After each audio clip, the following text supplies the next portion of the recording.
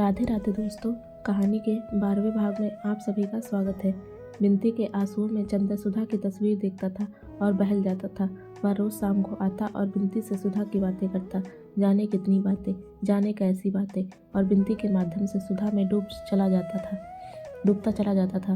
क्योंकि सुधा के बिना उसका दिन कटना मुश्किल था, एक क्षण कटना मुश्किल था, इसलिए बिनती उसकी एक ज़रूरत बन गई थी। वह जब तक बिनती से सुधा की बात नहीं कर लेता था तब तक जैसे वह बेचैन रहता था।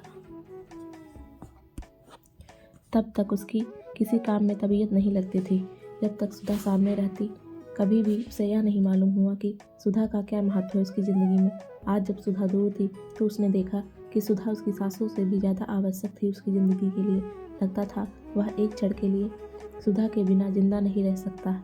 सुधा के अभाव में बिनती के माध्यम से वह सुधा को ढूंढता था, और जैसे सूरज के डूब जाने पर चांद सूरज की रोशनी उधार लेकर रात को उजियारा कर देता है, उसी तरह बिनती सुधा की याद से चंदर के प्राणों पर उजियारा बिखेरती रही।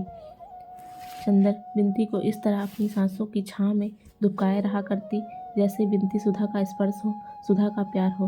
बिनती भी चंदर के माथे पर उदासी के बादल देख के ही तड़प उठती थी, लेकिन फिर भी बिनती चंदर को हंसा नहीं पाई। चंदर का पुराना उल्लास लौटा नहीं। सांप का कटा हुआ जैसे लहरें लेता है, वैसे ही चंदर की नसों में फैला हुआ उदासी का जहर रह रहकर चंदर को झकझोर देता था। उन दिनों 2-3 दिन तक चंदर कुछ नहीं करता था, बिनती के पास भी नहीं जाता था, बिनती के आंसुओं की भी परवाह नहीं करता था, खाना नहीं खाता था और अपने को जितनी तकलीफ हो सकती थी देता था। फिर ज्यों ही सुधा का कोई खत आता था वह उसे चूम लेता था और फिर स्वस्थ हो जाता था। बिनती चाहे जितना कर ले, लेकिन चंदर के इन भयंकर उदासी की लहरों को चंदर से छीन नहीं पाई थी। चांद कितनी कोशिश क्यों ना करे, वह रात को दिन नहीं बना सकता, लेकिन आदमी हंसता है। दुख दर्द सभी में आदमी हंसता है। जैसे हंसते हंसते आदमी की प्रसन्नता थक जाती है, वैसे ही कभी कभी रोते रोते आदमी की उदासी थक जाती है और आदमी करवट बदल लेता है ताकि हंसी की छाह में कुछ विश्राम कर फिर वह आंसू की कड़ी धूप में चल सके। ऐसे ही एक सुबह थी जबकि चंदर के उदास मन में आ रहा था कि वह थोड़ी देर हंस भी ले। बात ये हुई थी कि उसे शैली की एक कविता बहुत पसंद आई, जिसमें शैली ने भारतीय मलयच को संबोधित किया था। उसने अपनी शैली कीट्स का ग्रंथ उठाया और उसे खोला तो वहीं आम के अचार के दाग सामने पड़ गए थे जो सुधा ने शरारतन डाल दिए थे। बस वह शैली की कविता तो भूल गया और उसे याद आ गई आम की फांक और सुधा की शरारत में भरी शोक आंखें। फिर तो एक के बाद दूसरी शरारत प्राणों में उठ उठकर चंदर की नसों को गुदगुदाने लगी और चंदर उस दिन जाने क्यों हंसने के लिए व्याकुल हो उठा। उसे ऐसा लगा जैसे सुधा की यह दूरी, ऐसे अलगाव सभी कुछ झूठा है। सच तो वे सुनहले दिन थे जो सुधा की शरारतों से मुस्कुराते थे, सुधा के दुलार में जगमगाते थे, और कुछ भी हो जाए सुधा उसके जीवन का एक ऐसा अमर सत्य है जो कभी भी डगमगा नहीं सकता। अगर वह उदास होता है, दुखी होता है तो वह गलत है। वह अपने ही आदर्श को झूठा बना रहा है, अपने ही सपने का अपमान कर रहा है। और उस दिन सुधा का खत भी आया जिसमें सुधा ने साफ साफ तो नहीं पर इशारे में लिखा था कि वह चंदर के भरोसे है, किसी तरह दिन काट रही है। और सुधा को एक पत्र लिखा जिसमें वह शरारत वही की जाने की बातें जो वह हमेशा सुधा से करता था, लेकिन जिसे वह पिछले 3 महीने से भूल गया था। उसके बाद वह बिनती के यहाँ गया। बिनती अपनी धोती में कोर्सिया की बेल टाक रही थी। ले गिलहरी, तेरी दीदी का खत, लाओ मिठाई खिलाओ। हम काहे को खिलाएं, आप खिलाइए जो खिल पड़े हैं आज। बिनती बोली, हम क्यों खिलाएं, यह तो सुधा का नाम सुनते ही तबीयत कुढ़ जाती है। अरे चलिए, आपका घर मेरा देखा है, मुझसे नहीं बन सकते आप। बिनती ने मुँह चिढ़ा कर कहा, आज बड़े खुश हैं। हाँ बिनती, एक गहरी सांस लेकर चंदर चुप हो गया। कभी कभी उदासी भी थक जाती है, और मुँह झुकाकर बैठ गया। क्यों, क्या हुआ? बिनती ने चंदर की बाह में सुई चुभो दी। चंदर चौंक उठा। हमारी शक्ल देखते ही आपके चेहरे पर मुहर्रम छा जाता है। अजी नहीं, आपका मुखमंडल देखकर तो आकाश में चंद्रमा भी लज्जित हो जाता होगा श्रीमती बिनती विदुषी, चंदर ने देख कर कहा। आज चंदर बहुत खुश था। बिनती लजा गई और फिर उसके गालों में फूटे फूल के कटोरे खिल गए और उसने चंदर के कंधे से फिर सुई चुभोकर कहा, आपको एक बड़े की मज्जे की बात बतानी है आज। क्या? फिर हंसिएगा मत और चिढ़ाइएगा नहीं। बिनती बोली, कुछ तेरे ब्याह की बात होगी? चंदर ने कहा, नहीं, ब्याह की नहीं, प्रेम की। बिंती ने हंसकर कहा और झेप गई। अच्छा, गिलहरी को यह रोग कब से? चंदर ने हंसकर पूछा। अपनी माँ जी की शक्ल देखी है ना, काट कर कुएं में फेंक देगी तुझे। अब क्या करें, कोई सिर पर प्रेम मढ़ ही दे तो। बिंती ने बड़े आत्मविश्वास से कहा। थी बड़े खुले स्वभाव की लड़की। आखिर कौन अभागा है वह, जरा नाम तो सुने। चंदर बोला, हमारे महाकवि मास्टर साहब। बिंती ने हंसकर कहा, अच्छा, यह कब से? तूने पहले तो कभी नहीं बताया। अब तो जाकर हमें मालूम हुआ। पहले सोचा दीदी को लिख दे, फिर कहा वहाँ जाने किसके हाथ में चिट्ठी पड़े, तो सोचा तुम्हें बता दूँ। हुआ क्या आखिर? चंदर ने पूछा। बात यह हुई कि पहले तो हम दीदी के साथ पढ़ते थे, तब तो मास्टर साहब कुछ नहीं बोलते थे। इधर जब से हम अकेले पढ़ने लगे, तब से कविताएं समझाने के लिए बहाने दुनिया भर की बातें करते रहते हैं। एक बार स्कंदगुप्त पढ़ाते पढ़ाते बड़ी ठंडी सांस लेकर बोले, काश कि आप भी देव सेना बन सकती। बड़ा गुस्सा आया मुझे। मन में आया कि कह दूं मैं तो देव सेना बन जाती, लेकिन आप अपना कवि सम्मेलन का पेशा छोड़कर स्कंदगुप्त कैसे बन पाएंगे। लेकिन फिर मैंने कुछ कहा नहीं, दीदी से सब बात कह दी। दीदी तो है ही लापरवाह, कुछ कहा ही नहीं उन्होंने। और मास्टर साहब वैसे अच्छे हैं, पढ़ाते भी अच्छा हैं, लेकिन यह फितूर जाने कैसे उनके दिमाग में चढ़ गया। बिंती ने बड़े सहज स्वभाव से बोली। लेकिन इधर क्या हुआ? चंदर ने पूछा। अभी कल आए, एक हाथ में उनकी एक मोटी सी कॉपी थी, दे गए तो देखा वह उनकी कविताओं का संग्रह है और उसका नाम उन्होंने रखा है बिंती। अभी आते होंगे, क्या करें कुछ समझ में नहीं आता। अभी तक दीदी के भरोसे हमने सब छोड़ दिया था, वह पता नहीं कब आएंगी। अच्छा लाओ, वह संग्रह हमें दे दो, चंदर ने कहा। और बिसरिया से कह देना वह चंदर के हाथ पड़ गया। फिर कल सुबह तुम्हें मज़ा दिखलाएंगे। लेकिन हाँ, यह सब पहले बता दो कि तुम्हारा तो बिल्कुल कुछ झुकाव नहीं है उधर, वरना बाद में हमें कोसो। चंदर ने छेड़ते हुए कहा। अरे हाँ, मुसलमान भी हो तो बिहाना के संग कवियों से प्यार लगाकर कौन बवालत पाले। बिंती ने झेपते हुए कहा। दूसरे दिन सुबह पहुंचा तो बिसरिया साहब पढ़ा रहे थे। बिसरिया की शक्ल पर कुछ मायूसी, कुछ परेशानी, कुछ चिंता थी। उसको बिंती ने बता दिया था कि संग्रह चंदर के पास पहुंच गया है। चंदर को देखते ही वह बोला, अरे कपूर, क्या हाल है? और उसके बाद अपने को निर्दोष बताने के लिए फौरन बोला, कहो हमारा संग्रह देखा? हाँ देखा है, जरा आप इन्हें पढ़ा लीजिए, आपसे जरूरी कुछ बात करनी है। चंदर ने इतने कठोर स्वर में कहा कि बिसरिया के दिल की धड़कनें डूबने सी लगी। वह कांपती हुई आवाज़ में बड़े मुश्किल से अपने को संभालते हुए बोला, कैसी बातें कपूर, तुम कुछ गलत समझ रहे हो। कपूर एक उपेक्षा की हंसी हंसा और चला गया। डॉक्टर साहब पूजा करके उठे ही थे, दोनों में बातें होती रही। उनसे मालूम हुआ कि अगले महीने संभवतः चंदर की नियुक्ति हो जाएगी और 3 दिन बाद डॉक्टर साहब खुद सुधा को लेने के लिए शाहजहांपुर जाएंगे। उन्होंने बुआ जी को पत्र लिखा कि यदि वह यहाँ आ जाए तो अच्छा है, वरना चंदर को 2-3 दिन बाद यहीं रहना पड़ेगा, क्योंकि बिंती अकेली है। चंदर की बात दूसरी है, लेकिन और लोगों के भरोसे डॉक्टर साहब बिंती को अकेले नहीं छोड़ सकते। अविश्वास आदमी की प्रवृत्तियों का जितना बिगाड़ता है, विश्वास आदमी को उतना ही बनाता है। डॉक्टर साहब चंदर पर जितना विश्वास करते थे, सुधा चंदर पर जितना विश्वास करती थी, और उधर बिंती उस पर जितना विश्वास करने लगी थी, उसके कारण चंदर के चरित्र में इतनी दृढ़ता आ गई थी कि वह फौलाद बन गया था। ऐसे अवसरों पर जब मनुष्य को गंभीरतम उत्तरदायित्व सौंपा जाता है, तब स्वभावतः आदमी के चरित्र में एक विचित्र सा निखार आ जाता है। यह निखार चंदर के चरित्र में बहुत उभर कर आया था, और यहाँ तक कि बुआ जी अपनी लड़की पर अविश्वास कर सकती थी, पर वह चंदर को देवता मानती थी। बिंती पर और चाहे जो बंधन हो, लेकिन चंदर के हाथ में बिंती को छोड़कर वह निश्चिंत थी। डॉक्टर साहब और चंदर बैठे बातें कर रहे थे कि बिंती ने आकर कहा, चलिए मास्टर साहब आपका इंतजार कर रहे हैं। चंदर उठ खड़ा हुआ। रास्ते में बिंती बोली, हमसे बहुत नाराज हैं, कहते हैं तुम्हें हम ऐसा नहीं समझते थे। चंदर कुछ नहीं बोला, जाकर बिसरिया के सामने कुर्सी पर बैठ गया। तुम जाओ बिंती। बिंती चली गई तो चंदर ने कहा बहुत गंभीर स्वरों में, बिसरिया साहब आपका संग्रह देखकर बहुत खुशी हुई, लेकिन मेरे मन में सिर्फ एक शंका है, यह बिंती नाम से क्या माने। बिसरिया ने अपने गले की टाई ठीक की। वह गर्मी में भी टाई लगाता था और दिन में नाइट कैप पहनता था। टाई ठीक कर खखार कर बोला, मैं भी यही समझता था कि आपको यह गलतफहमी होगी, लेकिन वास्तविक बात यह है कि मुझे मध्यकाल की कविता बहुत पसंद है। खास तौर में उसमें बिनती प्रार्थना शब्द बड़ा मधुर है। मैंने यह संग्रह तो बहुत पहले तैयार किया था। मुझे बड़ा ताज्जुब हुआ जब मैं विनती से मिला। मैंने उनसे कहा कि यह संग्रह भी विनती नाम का है। फिर मैंने उन्हें ला कर दिखला दिया। चंदन मुस्कुराया और मन ही मन कहा, है बिसरिया बहुत चालाक, लेकिन खैर मैं हार नहीं मान सकता, और बहुत गंभीर होकर बैठ गया। तो यह संग्रह इस लड़की के नाम पर नहीं है? बिल्कुल नहीं। और विनती के लिए आपके मन में कोई आकर्षण नहीं है? बिल्कुल नहीं। छी, आप मुझे क्या समझते हैं? बिसरिया बोला। छी, मैं भी कैसा आदमी हूँ, माफ़ करना बिसरिया, मैंने व्रत में शक किया। बिसरिया यह नहीं जानता था कि यह दांव इतना सफल होगा। वह खुशी से फूल उठा। सहसा चंद्र ने एक गहरी सांस ली। क्या बात है चंद्र बाबू? बिसरिया ने पूछा। कुछ नहीं बिसरिया, आज तक मुझे तुम्हारी प्रतिभा, तुम्हारी भावना, तुम्हारी कला पर विश्वास था, आज से उठ गया। क्यों क्या?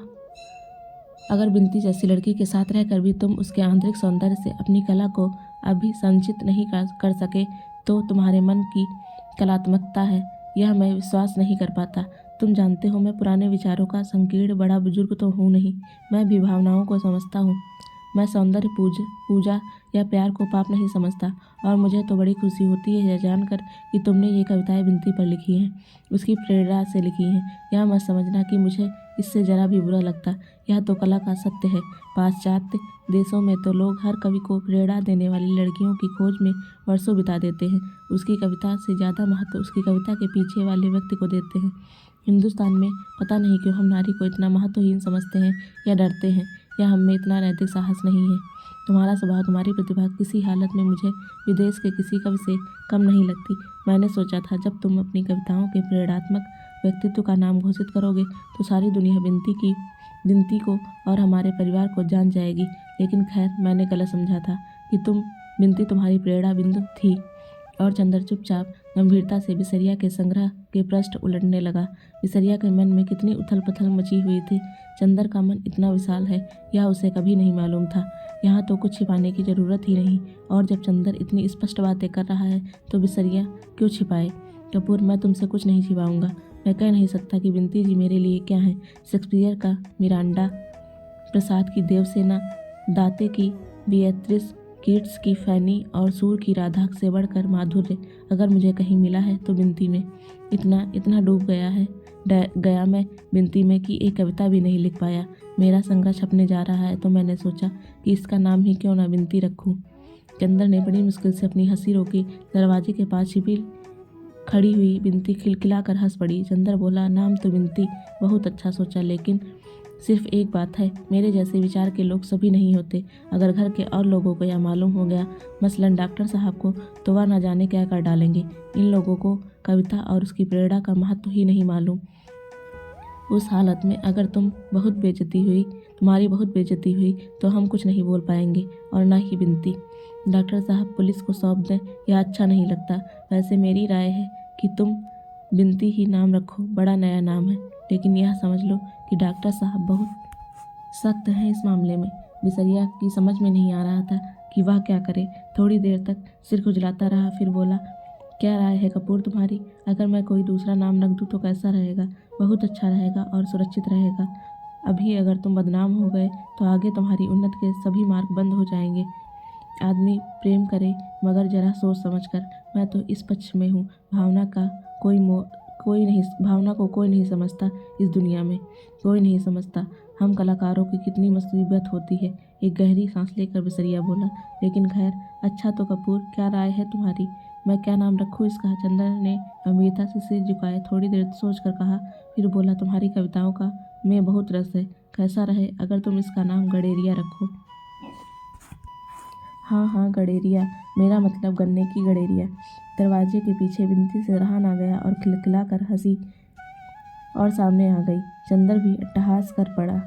बिसरिया क्षण भर आंखें फाड़े दोनों को देखता रहा। उसके बाद वह ज्यों ही मजाक समझा, उसका चेहरा लाल हो गया। हैट उठाकर बोला, अच्छा आप लोग मजाक बना रहे थे मेरा? कोई बात नहीं, मैं देखूंगा। मिस्टर कपूर, आप अपने को क्या समझते हैं? वह चल दिया। अरे सुनो बिसरिया, चंद्र ने पुकारा। वह हंसी नहीं रोक पा रहा था। बिसरिया मुड़ कर बोला, कल से मैं पढ़ाने नहीं आ सकता। मैं आपकी शक्ल भी नहीं देखना चाहता। उसने बिनती से कहा। तो मुंह फेर कर पढ़ा दीजिएगा, चंद्र बोला। बिनती फिर हंस पड़ी। बिसरिया ने मुड़कर बड़े गुस्से से देखा और पैर पटकते हुए चला गया। बेचारे कवि कलाकार आज की दुनिया में प्यार भी नहीं कर पाते, चंदर ने कहा, और दोनों की हंसी बहुत देर तक गूंजती रही। अगस्त की उदास शाम थी। पानी रिमझिमा रहा था और डॉक्टर शुक्ला ने सुने बंगले में बरामदे में कुर्सी डाले लान पर छोटे छोटे गड्ढों में पंख धोती और कुलेले करती हुई गौरैयों की तरह अपलक देखता हुआ चंदर जाने किन ख्यालों में डूबा हुआ था। डॉक्टर साहब सुधा को लिवाने के लिए शाहजहांपुर गए थे। जिंती भी जिद करके उनके साथ गई थी। वहाँ से ये लोग दिल्ली घूमने चले गए थे, लेकिन आज 15 रोज हो गए उन लोगों का कोई खत भी नहीं आया था। डॉक्टर साहब ने ब्यूरो को महज एक अर्जी भेज दी थी। चंदर को डॉक्टर साहब के जाने से पहले कॉलेज में जगह मिल गई थी और उसने क्लास लेने शुरू कर दिए थे। वह अब इसी बंगले में आ गया था। सुबह तो क्लास के पाठ की तैयारी करने और नोट्स बनाने में कट जाती थी, दोपहर कॉलेज में कट जाती थी, लेकिन शाम में बड़ी उदास गुजरती थी। और फिर 15 दिन से सुधा का कोई खत नहीं आया था। वह उदास बैठा सोच रहा था, लेकिन यह उदासी थी, दुख नहीं था। और वह भी उदासी एक देवता की उदासी जो दुख भरी न होकर सुंदर और सुकुमार अधिक होती है। एक बात जरूर थी, जब वह कभी उदास होता था तो जाने क्यों वह हमेशा सोचने लगता था कि उसके जीवन में कुछ हो गया है, उससे उस पर गर्व करना चाहिए, जैसे वह अपनी उदासी को अपने गर्व से मिटाने का प्रयास करता था। लेकिन इस वक्त एक बात रह रहकर उबर आती थी उसके मन में, सुधा ने खत क्यों नहीं लिखा। पानी बिल्कुल बंद हो गया था। पश्चिम के 2-1 बादल खुल गए थे और पके जामुन के रंग एक बड़े बादल के पीछे डूबते सूरज की उदास किरणें झांक रही थी। इधर एक और इंद्रधनुष खिल गया था जो मोटर गैरेज की छत से उठकर दूर पर यूकलिप्टिस की लंबी शाखाओं में उलझ गया था। इतने में छाता लगाए पोस्टमैन आया। उसने पोटकियों में अपने जूते में लगी कीचड़ झाड़ी, पैर पटके और किरमिच के झोले से खत निकालकर और सीढ़ी पर फैला दिए। उनमें से ढूंढकर 3 लिफाफे निकाले और चंदर को दे दिए। चंदर ने लपक कर लिफाफे ले लिए। पहला लिफाफा बुआ का था, विनती के नाम। दूसरा था ओरिएंटल इंश्योरेंस का लिफाफा, डॉक्टर साहब के नाम। और तीसरा एक सुंदर सा नीला लिफाफा, यह सुधा का होगा। पोस्टमैन जा चुका था। उसने इतने प्यार से लिफाफे को चूमा, इतने प्यार से डूबता हुआ सूरज नीली घटाओं को चूम रहा था। पगली कहीं की, परेशान कर डालती है। यहाँ थी तो वह आदत, वहाँ है तो वही आदत, चंदर ने मन में कहा और लिफाफा खोल डाला। लिफाफा पम्मी का था, मसूरी से आया। उसने झल्ला कर लिफाफा फेंक दिया। सुधा इतनी लापरवाह है, वह जानती है कि चंदर को यहाँ कैसा लग रहा होगा। विनती ने बता दिया होगा, फिर भी वह लापरवाही मारे गुस्से के। थोड़ी देर बाद उसने पम्मी का खत पढ़ा।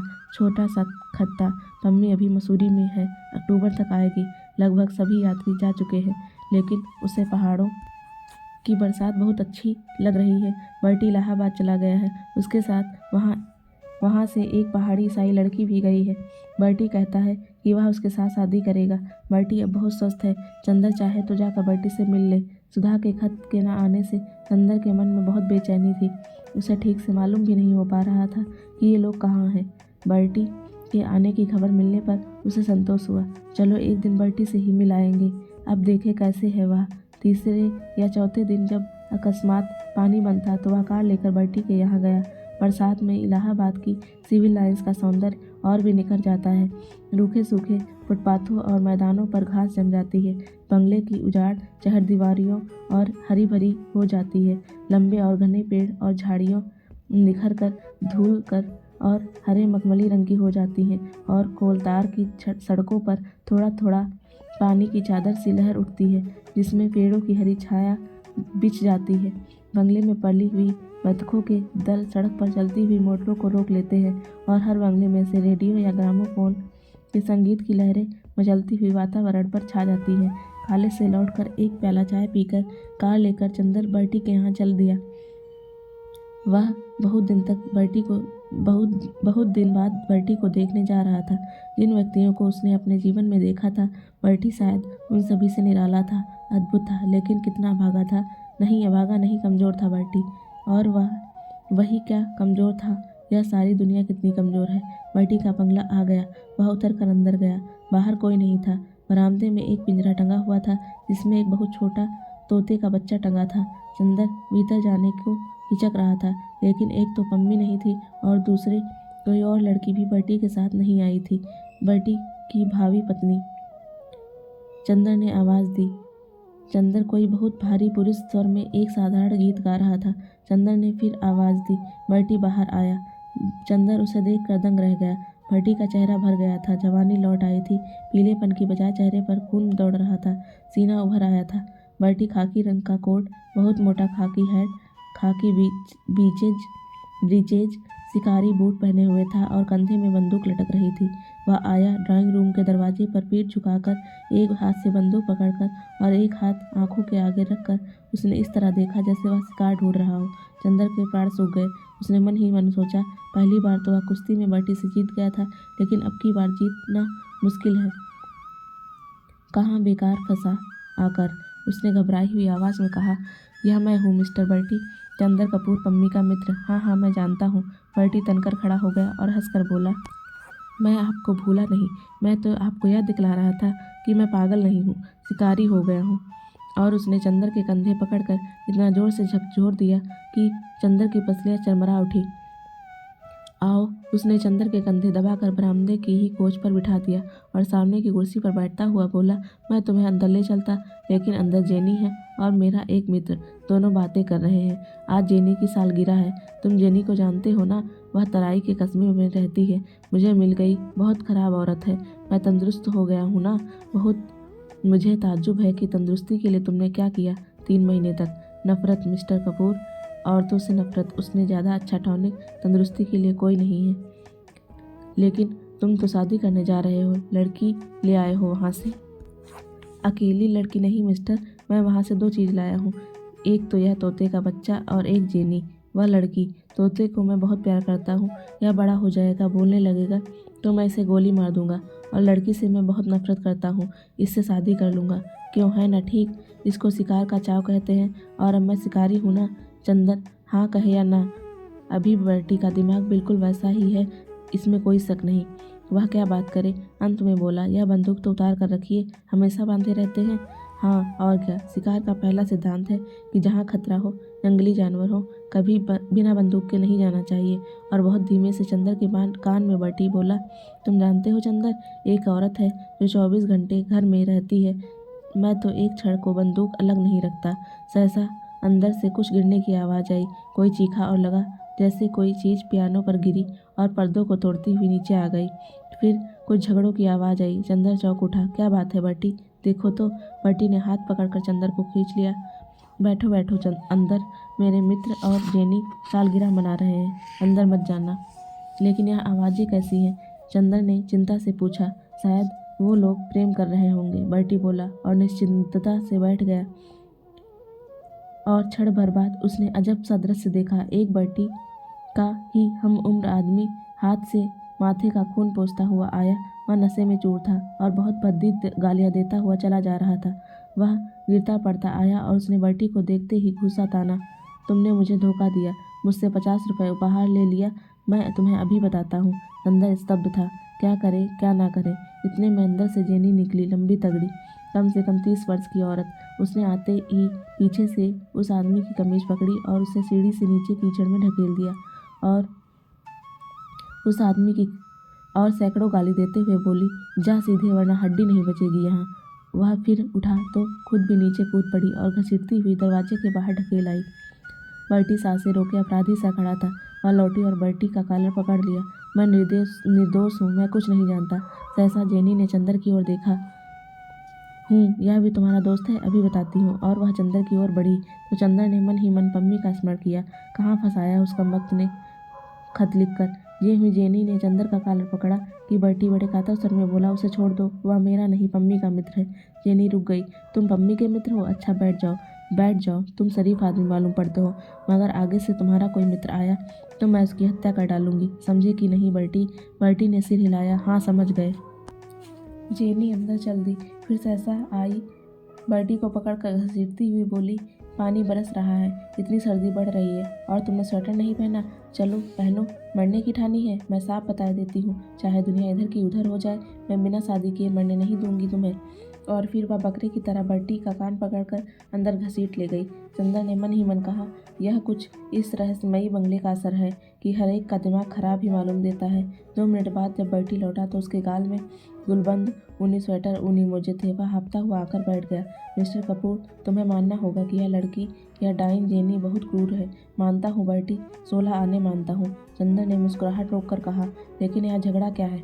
झगड़ा क्या होता है? औरतों को समझना बहुत मुश्किल है। इस औरत के फंदे में फंसे कैसे तुम? चंदर ने पूछा। सी ओठ पर हाथ रखकर धीरे बोलने का इशारा करते हुए बर्टी ने कहा, धीरे बोलो। बात ऐसी हुई कि जब मैं तराई में शिकार खेल रहा था तो एक बार अकेले छूट गया। यह एक पेंसर फॉरेस्ट गार्ड की अनब्याही लड़की थी, शिकार में बहुत होशियार। मैं भटकते हुए पहुंचा तो इसका बाप बीमार था। मैं रुक गया। तीसरे दिन वह मर गया। उसे जाने कैसा रोग था। उसका चेहरा बहुत डरावना हो गया था और पेट फूल गया था। रात को इसे बहुत डर लगा तो यह मेरे पास आकर लेट गई। बीच में बंदूक रखकर हम लोग सो गए। रात को इसने बीच से बंदूक हटा दी और अब वह कहती है कि मुझसे ब्याह करेगी और नहीं करूँगा तो मार डालेगी। मम्मी भी मुझसे बोली, तुम्हें अब ब्याह करना ही होगा। अब मजबूरी है मिस्टर कपूर।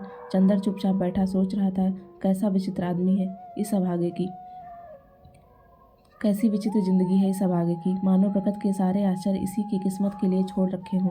फिर बोला, यह आज का झगड़ा कैसा था? कुछ नहीं, आज इसकी सालगिरह थी।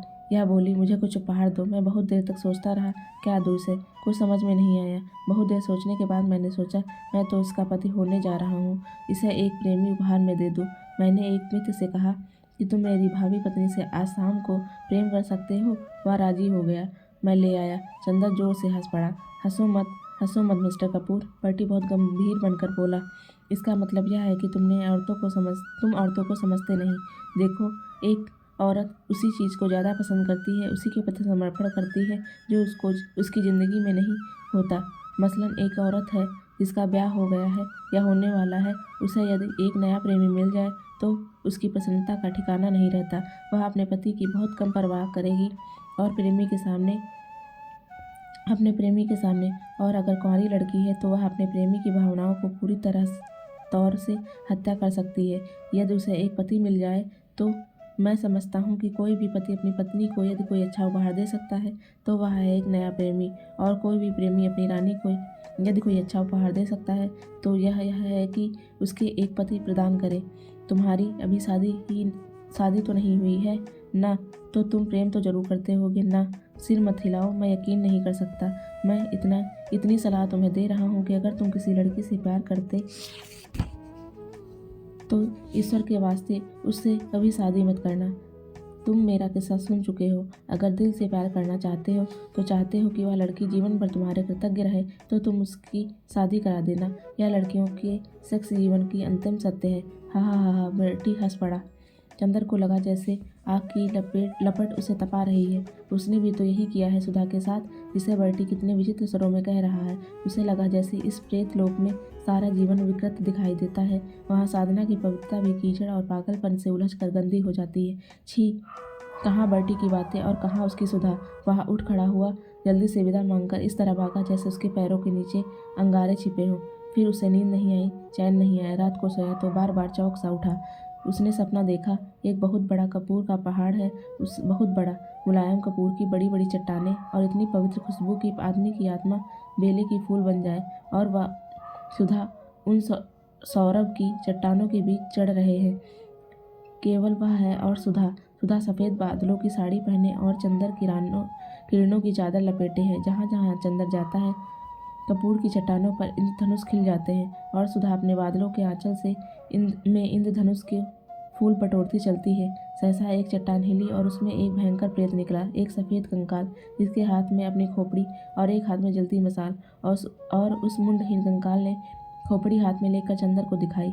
खोपड़ी हंसी और बोली, देखो, जिंदगी का अंतिम सत्य यह है। और उसने अपना हाथ की मसाल ऊंची कर दी।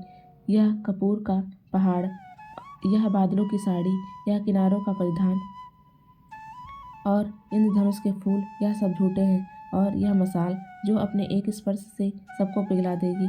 और उसने अपनी मसाल एक ऊंचे शिखर से छुआ दी। वह शिखर धधक उठा। पिघलती हुई आग की एक धार बरसाती नदी की तरह उमड़कर बहने लगी। भागो सुधा, चंदर ने चीख कर कहा। भागो। सुधा भागी, चंदर भागा, और वह पिघली हुई आग की महानदी लहराते हुए अजगर की तरह उन्हें अपनी गुंजीलिका में लपेटने के लिए चल पड़ी। शैतान हंस पड़ा। हा हा हा हा। चंदर ने देखा सुधा शैतान की गोद में थी। चंदर चौंक कर जाग गया। पानी बंद था लेकिन घनघोर अंधेरा था और पिशाचनी की तरह पागल हवा पेड़ों की झकझोर रही थी और युग में जमे हुए विश्वासों को उखाड़ फेंकना चाहती थी। चंदर काँप रहा था, उसका माथा पसीने से तर था। वह उठकर नीचे आया। उसके कदम ठीक नहीं पड़ रहे थे। बरामदे की बत्ती जलाई। महाराजी उठी। "का है भैया?" उसने पूछा। "कुछ नहीं, अंदर सोऊंगा," चंदर ने कहा और सुधा के कमरे में जाकर बत्ती जलाई। सुधा की चारपाई पर लेट गया, फिर उठा। चारों ओर दरवाजे बंद कर दिए ताकि कोई फिर ऐसा सपना बाहर के भयंकर अंधेरे से न चला आए।